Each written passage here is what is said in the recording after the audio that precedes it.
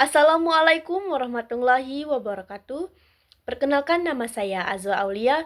Saya dari Prodi BKPI semester 2 kelas B. Dengan NIM 2315039. Di sini saya akan mereview atau menjelaskan kembali secara singkat tentang materi selama semester 2 ini. Baiklah, saya akan menjelaskan materi-materi yang sudah saya pelajari di semester 2 ini. Baiklah, materi yang pertama yaitu definisi dan ruang lingkup psikologi pendidikan. Nah, psikologi pendidikan adalah ilmu yang mempelajari hal-hal yang mempengaruhi proses pendidikan. Beberapa hal yang mempengaruhi proses pendidikan diantaranya yang pertama yaitu faktor hereditas, yaitu berupa bakat, kecerdasan, fisik dan emosional. Dan yang kedua, lingkungan belajar, yaitu para pengajar, metode pembelajaran, teman di kelas, dan tata letak tempat duduk.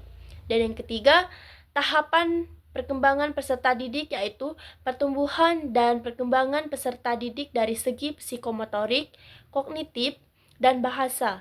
Dari ketiga tahapan perkembangan tersebut mempunyai peranan penting dalam proses pembelajaran peserta didik karena akan mempengaruhi proses pembelajaran pada setiap jenjang pendidikan.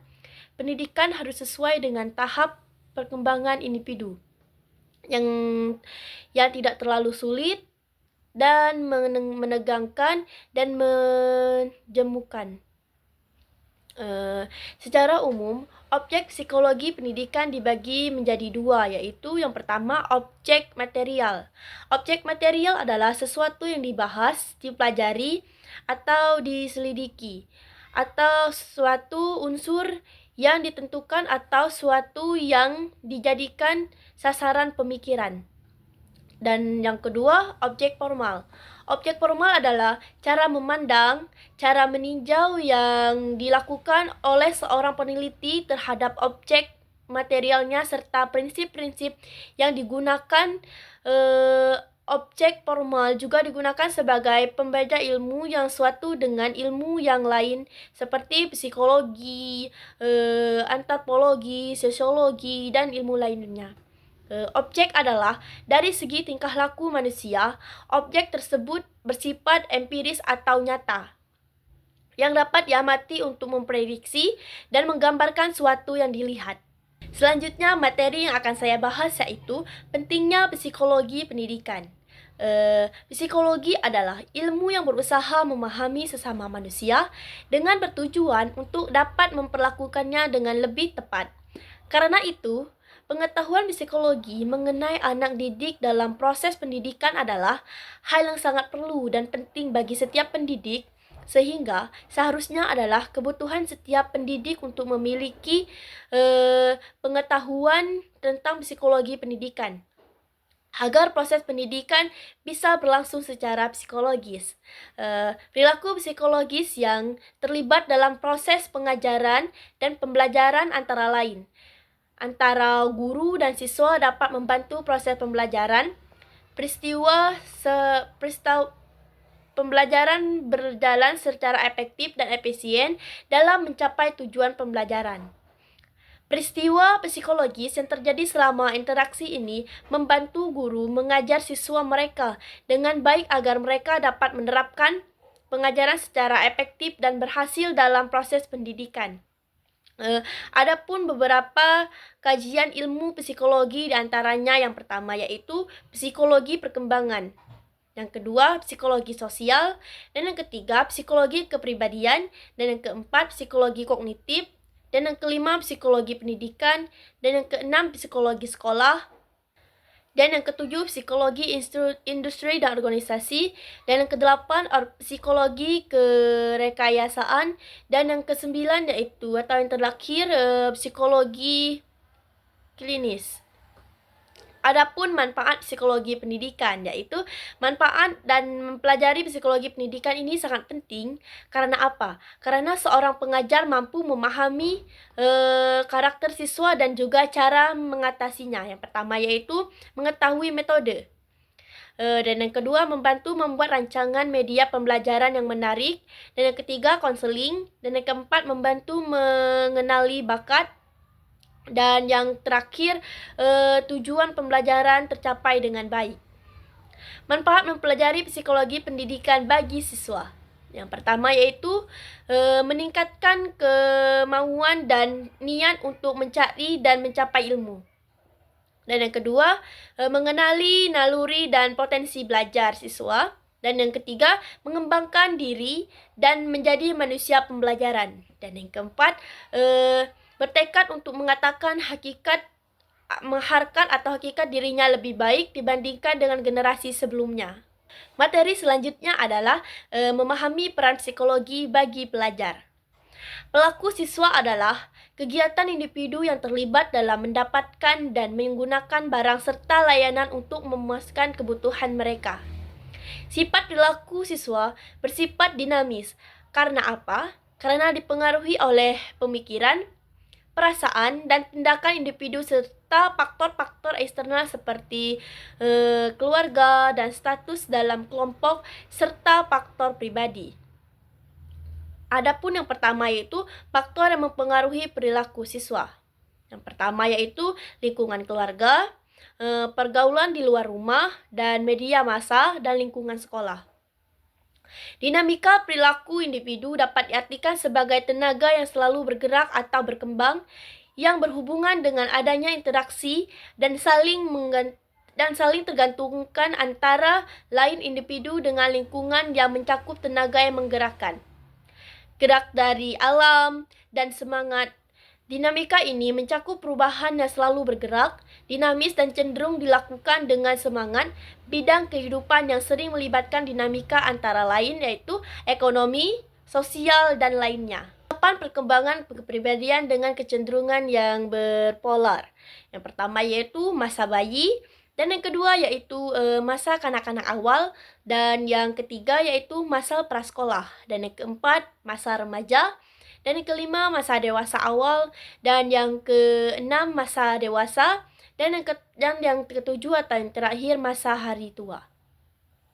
Ada beberapa faktor penentu bentuk kepribadian individu. Yang pertama yaitu faktor keturunan, yang kedua faktor lingkungan, dan yang ketiga kondisi fisik, dan yang keempat nama, dan yang kelima penerimaan sosial, dan yang terakhir yaitu perubahan fisik. Materi selanjutnya adalah perkembangan peserta didik. Perkembangan atau development adalah suatu proses atau tahapan pertumbuhan ke arah yang lebih maju. Pertumbuhan sendiri mengaku pada tahapan peningkatan suatu dalam jumlah, ukuran, dan kepentingan. Pertumbuhan juga bisa berarti suatu tahap perkembangan. Perkembangan dapat diartikan sebagai perubahan yang progresif dan berkesinambungan dalam diri individu dari mulai lahir sampai mati. Yang dimaksud sistematis, progresif, dan berkelanjutan adalah sebagai berikut. Yang pertama, sistematis. Sistematis artinya perubahan perkembangan tersebut saling bergantung atau saling mempengaruhi pada bagian tubuh, fisik dan psikis, serta membentuk suatu kesatuan yang harmonis. Dan yang kedua, progresif. Progresif adalah artinya perubahan yang terjadi bersifat progresif, berkembang dan mendalam atau meluas, baik secara kuantitatif, fisik maupun kualitatif psikologis. Dan yang ketiga yaitu berkelanjutan. Berkelanjutan adalah perubahan bagian atau fungsi organisme menjadi secara teratur dan berurutan dan tidak acak atau tiba-tiba. Adapun faktor yang berasal dari dalam individu. Yang pertama yaitu bakat atau pembawaan, dan yang kedua sifat keturunan, dan yang ketiga yaitu dorongan insting. Adapun faktor-faktor yang berasal dari luar diri individu, yaitu yang pertama yaitu makanan, yang kedua iklim, dan yang ketiga kebudayaan atau lingkungan, dan yang keempat adalah ekonomi, dan yang kelima kedudukan anak dalam lingkungan keluarga. Materi selanjutnya yaitu hubungan antara pendidik dan perkembangan peserta didik. Pendidikan adalah suatu usaha sadar dan terencana untuk menciptakan suasana belajar dan proses pembelajaran sedemikian rupa sehingga peserta didik secara aktif mengembangkan potensi dirinya untuk mencapai jiwa keagamaan, kesadaran diri, kepribadian, kecerdasan, akhlak mulia, dan juga keterampilan yang diperlukan bagi dirinya. Perkembangan adalah suatu proses yang dialami individu sejak pembuahan hingga kematian, yang terjadi secara sistematis beberapa tahap dan terus-menerus. Hal ini sesuai dengan pengesahan Abin Syamsuddin bahwa perkembangan adalah suatu proses yang dialami masyarakat menuju kedewasaan yang terjadi secara sistematis, bertahap, dan terus-menerus baik secara fisik maupun jasmani. Adapun perkembangan mempengaruhi perkembangan kepribadian seseorang. Kemudian karakteristik yang tersebut ditentukan dan itu juga mempengaruhi kekuatan kedua faktor tersebut. Yang pertama sanguini, yaitu yang kedua koleris, dan yang ketiga melankolis, dan yang keempat pragmatis. Fase perkembangan kepribadian menurut teori psikologis meliputi, yaitu yang pertama fase oral dari 0 sampai 1 tahun, dan yang kedua fase anal yang dari 1 sampai 3 tahun, dan yang ketiga fase falis yaitu dari 3 tahun sampai 5 tahun, dan yang keempat fase laten dari 6 tahun sampai 12 tahun, dan yang kelima fase pubertas dari 13 tahun sampai 20 tahun, dan fase genetal yaitu dari 20 tahun sampai ke atas. Adapun menerapkan kepribadian yang sehat, yaitu yang pertama mampu menilai diri sendiri secara realistik, dan yang kedua mampu menilai situasi secara realistik, dan yang ketiga mampu menilai prestasi yang diperoleh secara realistik, dan yang terakhir yang keempat yaitu kemandirian.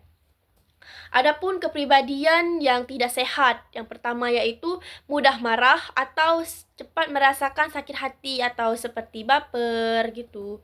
Dan yang kedua menunjukkan kepedulian dan kekhawatiran. Dan yang ketiga yaitu sering depresi, yaitu misalnya sering kebanyakan kebawa pikiran, stres, dan lainnya. Dan juga yang keempat yaitu kejam atau suka menindas orang yang lebih muda. Dan yang kelima kesulitan tidur. Dan yang keenam kurangnya tanggung jawab. Materi selanjutnya yaitu pembelajaran dengan pendekatan proses. Belajar mempunyai arti yang berbeda dengan pembelajaran. Pembelajaran sebagai proses belajar dibangun oleh guru untuk mengembangkan berpikir kreatif yang dapat meningkatkan kemampuan dalam memperoleh ilmu. Dapat juga disimpulkan jika pengertian pembelajaran adalah proses di mana seorang siswa berinteraksi dengan guru dan sumber belajar dalam suatu lingkungan belajar. Pendekatan proses adalah suatu metode pengajaran yang memberikan kesempatan kepada siswa untuk mengalami proses menemukan atau menyusun suatu konsep berbagai suatu keterampilan proses. Dalam hal ini, pendekatan yang berorientasi pada proses bukan pada hasil. Pendekatan berbasis proses adalah pendidikan yang berproses pada siswa, dan siswa diberi kesempatan seluas-luasnya untuk mengembangkan pengetahuan, sikap, pengalaman, dan keterampilan belajarnya. Egan dan Kocek menjelaskan bahwa pelajaran yang efektif mempunyai 6 ciri, yaitu yang pertama, siswa menjadi pengamat efektif atau aktif terhadap lingkungannya melalui pengamatan dan perbandingan. Dan yang kedua yaitu guru menjadi topik sebagai fokus pemikiran dan interaksi dalam pembelajaran. Dan yang ketiga yaitu aktivitas siswa seluruhnya didasarkan pada evaluasi. Dan yang keempat, guru terlibat aktif dalam memimpin dan membimbing siswa dalam menganalisis informasi. Dan yang kelima, orientasi pembelajaran dan penguasaan isi pelajaran dalam mengembangkan keterampilan berpikir. Dan yang terakhir yaitu guru menggunakan teknik mengajar yang berbeda-beda sesuai dengan tujuan dan gaya mengajar mereka atau guru. Materi selanjutnya yaitu internalisasi ilmu pengetahuan taksonomi Bloom lama. Yaitu pengetahuan merupakan kemampuan seorang dalam menghafal, mengulang, dan mengingat kembali pengetahuan yang sudah didapatkan. Sebagai contoh, dapat kita terapkan adalah siswa dapat menyebutkan kembali bangunan persegi panjang yang sudah dipelajari. Pengetahuan juga berisikan kemampuan untuk menjelaskan manajemen kualitas, maka orang tersebut sudah menguasai bagaimana cara menyampaikan setiap detail produk bagi segi definisi dari kualitas, karakteristik produk yang berkualitas, standar kualitas minimum untuk produk, dan sebagainya. Pemahaman merupakan kemampuan seorang dalam mengartikan, menafsirkan, dan menerjemahkan atau menyatakan suatu menurut pemahaman sendiri, didapatkan dari pengetahuan yang pernah didapatkan. Sebagai contoh, siswa dapat menjelaskan kembali tentang perbedaan bangunan geometri 2 dimensi dan bangunan geometri 3 dimensi menurut bahasanya sendiri. Penerapannya dapat didefinisikan sebagai kemampuan seorang dalam memecahkan berbagai permasalahan kehidupan yang dihadapinya dengan menggunakan pengetahuan yang dimilikinya. Penerapan ini juga mencakup penggunaan prosedur dalam menyelesaikan masalah atau mengerjakan tugas. Penerapannya tidak hanya mencakupi kategori prosedur saja, tetapi juga mencakup kategori proses kognitif, yaitu yang pertama, menjalankan, dan yang kedua, mengimplementasikan. Adapun analisis dapat menjadi 3, yaitu yang pertama, analisis elemen, yaitu analisis elemen-elemen dari suatu komunitas, dan yang kedua, analisis hubungan merupakan analisis koneksi hubungan antara interaksi antara elemen-elemen dengan bagian dalam suatu komunikasi. Dan yang terakhir yaitu analisis prinsip perorganisasian, yang tergabung dari analisis susunan dan struktur yang membentuk suatu komunikasi. Materi selanjutnya yaitu kognisi taksonomi Bloom. Taksonomi Bloom merupakan sebuah struktur hierarki yang mengidentifikasikan kemampuan individu mulai dari tingkat rendah hingga tingkat tinggi. Sejarah taksonomi Bloom bermulai ketika awal tahun 1090-an, dan pada waktu itu evaluasi hasil belajar yang disusun di sekolah ternyata butir soal yang sebanyak dijadikan hanya meminta siswa untuk mengingatkan hafalan. Taksonomi Bloom diartikan sebagai prinsip dasar dalam menyimpulkan pernyataan untuk memprediksi nilai atau hasil belajar peserta didik di dalam kegiatan pembelajaran.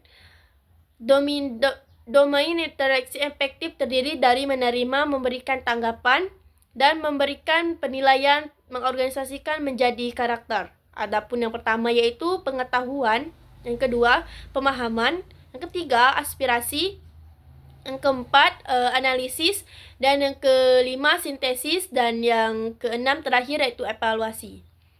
Ranah yang mempengaruhi taksonomi Bloom, yang pertama yaitu ranah kognitif, dan yang kedua ranah psikomotorik, dan yang ketiga yaitu ranah efektif. Ranah efektif terdiri dari 5 langkah tingkatan, yaitu yang pertama pengenalan, yang kedua merespon, dan yang ketiga penghargaan, dan yang keempat pengorganisasian, dan yang kelima adalah pengamalan. Dari selanjutnya yaitu tahapan-tahapan kognisi taksonomi Bloom. Taksonomi adalah sistem kelas khusus berdasarkan situasi ilmiah tentang hal-hal yang diklasifikasikan dalam sistematik. Misalnya klasifikasi genus dan spesies hewan dan pertumbuhan yang dikembangkan dalam bidang biologi konsisten dengan apa yang diketahui tentang hewan dan tumbuhan. Teori taksonomi Bloom disebut taksonomi pendidikan. Taksonomi berasal dari 2 kata Yunani, yaitu yang pertama aturan. Jadi, taksonomi berarti hierarki klasifikasi berdasarkan prinsip atau aturan dasar. Istilah yang sering kali kita dengar dalam bidang biologi. Namun, belum menggunakan dalam teori pengajarannya. Istilah ini digunakan ketika mempelajari dan mengembangkan kemampuan berpikir dalam pembelajaran. Taksonomi Bloom adalah struktur hierarki yang mengidentifikasikan keterampilan tingkat terendah. Konsep taksonomi Bloom mengalami dua perubahan. Yang pertama, dalam perkembangannya yaitu taksonomi usulan Bloom dan taksonomi resepsi Anderson dan Kahwat. Yang pertama yaitu mengingat, yang kedua memahami, dan yang ketiga menerapkan, dan yang keempat menganalisis, dan yang kelima mengevaluasi, dan yang keenam menyusun kreativitas. Indikator makna kata berkomunikasi pada tingkat pemahaman dapat berupa yang pertama yaitu menulis dalam kalimat sendiri. Yang kedua, memotong atau membuat gambar yang menjadikan suatu benda atau suatu cerita tertentu.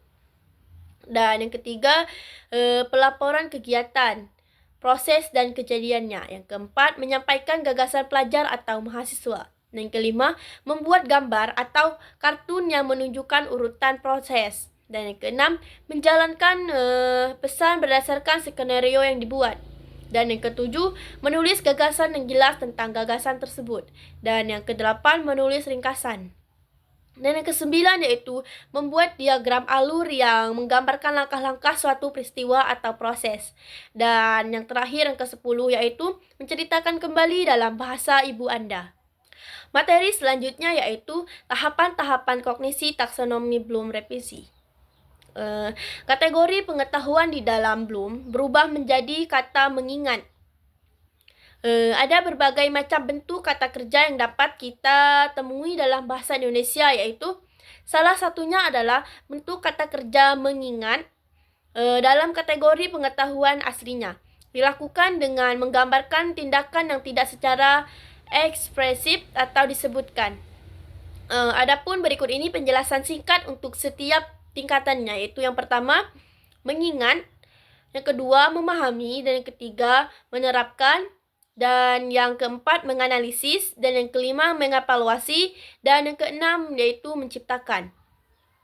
Perlu dijelaskan beberapa kegiatan atau petunjuk dari setiap tahap dalam revisi taksonomi Bloom. Yang pertama yaitu pada tahap mengingat.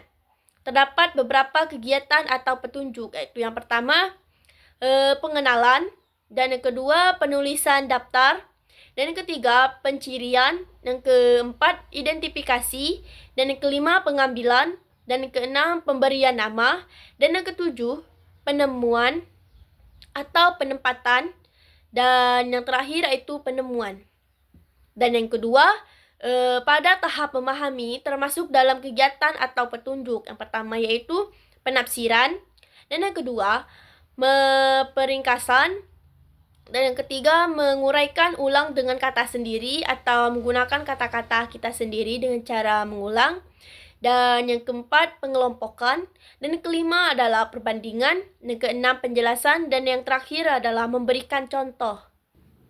Pada tahap ketiga yaitu pada tahap penerapan atau menerapkan, melibatkan kegiatan atau petunjuk, yaitu yang pertama yaitu implementasi, yang kedua pelaksanaan, yang ketiga penggunaan, dan yang keempat eksekusi. Dan tahap yang keempat yaitu pada tahap mengevaluasi terdapat beberapa kegiatan atau petunjuk, yaitu yang pertama yaitu pengecekan, yang kedua penyusunan, dan yang ketiga kritik, dan yang keempat eksperimen, dan yang kelima pengambilan, dan yang keenam pengujian, dan yang ketujuh deteksi, yaitu dan yang terakhir adalah pemantauan.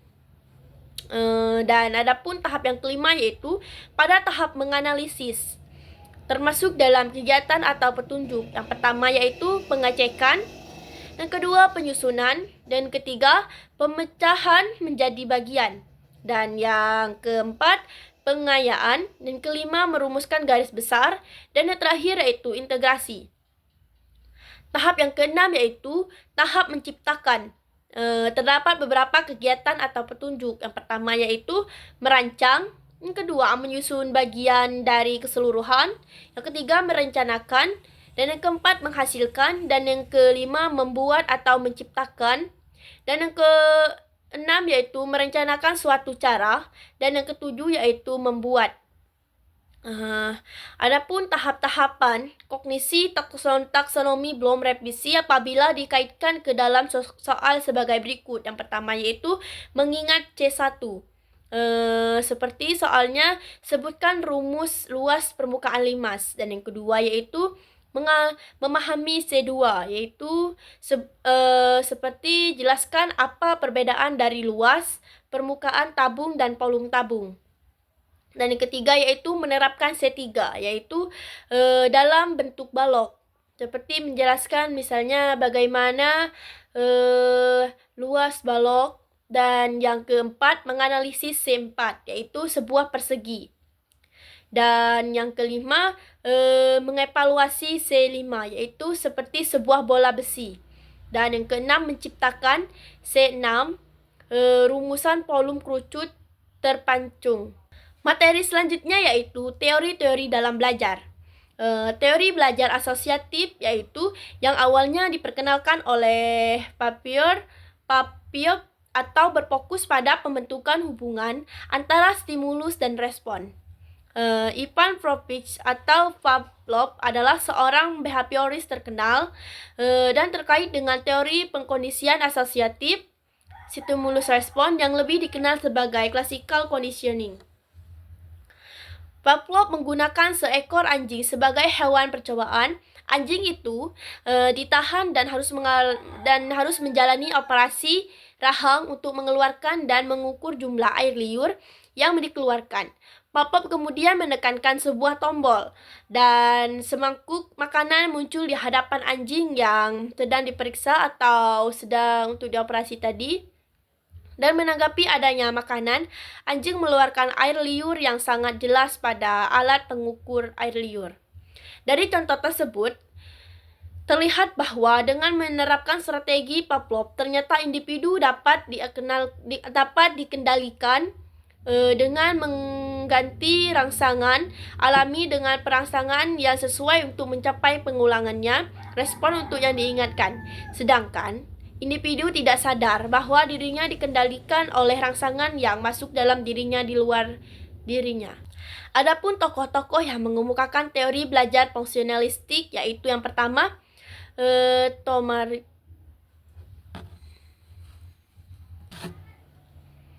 Adapun tokoh-tokoh yang mengemukakan teori belajar fungsionalistik yaitu yang pertama Thorndike, yaitu hukum kesiapan, yang kedua hukum latihan, dan yang ketiga hukum efek. Menurut Skinner yaitu yang pertama yaitu setiap respon yang disertai dengan reward yang menciptakan referending atau stimulus. Dan yang kedua yaitu hadiah atau reward merupakan responding stimulus yang akan mempercepat respon. Ataupun berikut ini tokoh-tokoh yang berperan penting dalam berkontribusi terhadap teori kognitif. Yang pertama yaitu teori kognitif Jean Piaget, dan yang kedua teori belajar kognitif Piaget, dan yang ketiga yaitu teori belajar John Brunner, dan yang keempat atau yang terakhir yaitu teori belajar kognitif David Ansbell. Materi selanjutnya yaitu kognisi dan metakognisi.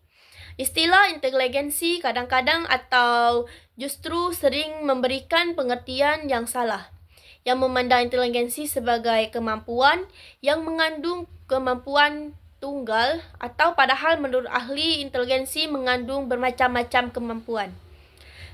Pengertian inteligensi itu sendiri memberikan berbagai macam arti bagi para ahli.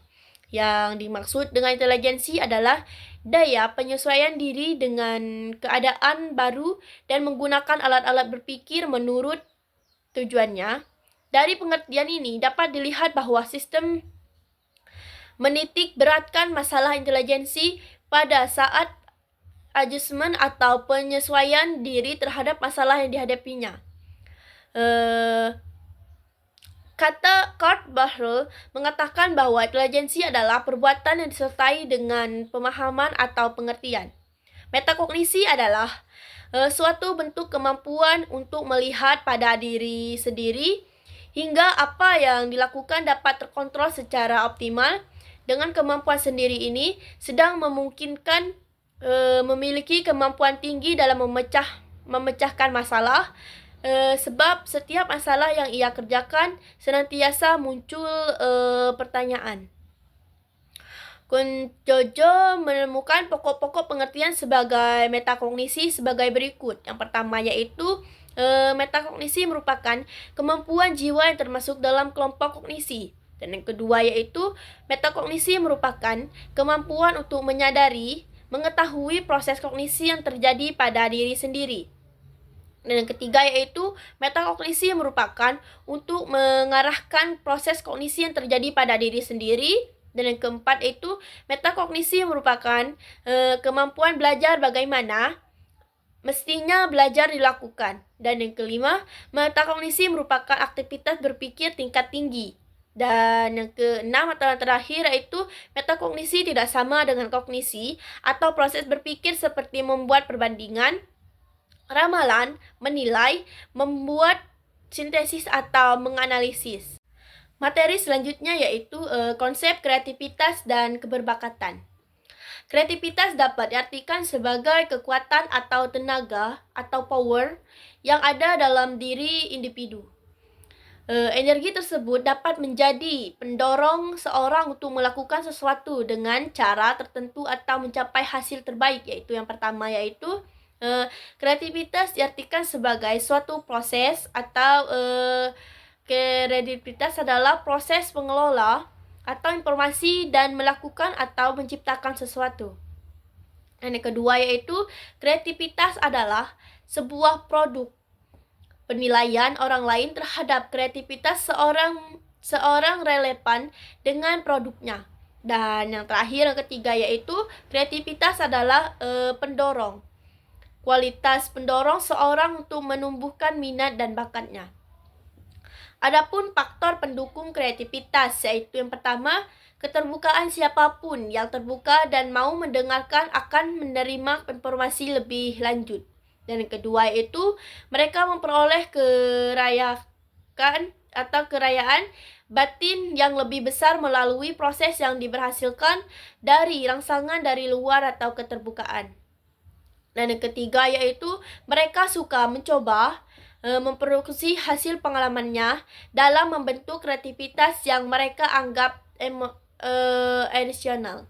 Dan yang keempat yaitu semua orang kreatif senantiasa menilai hasil karyanya. Dan yang kelima atau yang terakhir yaitu pengembangan diri.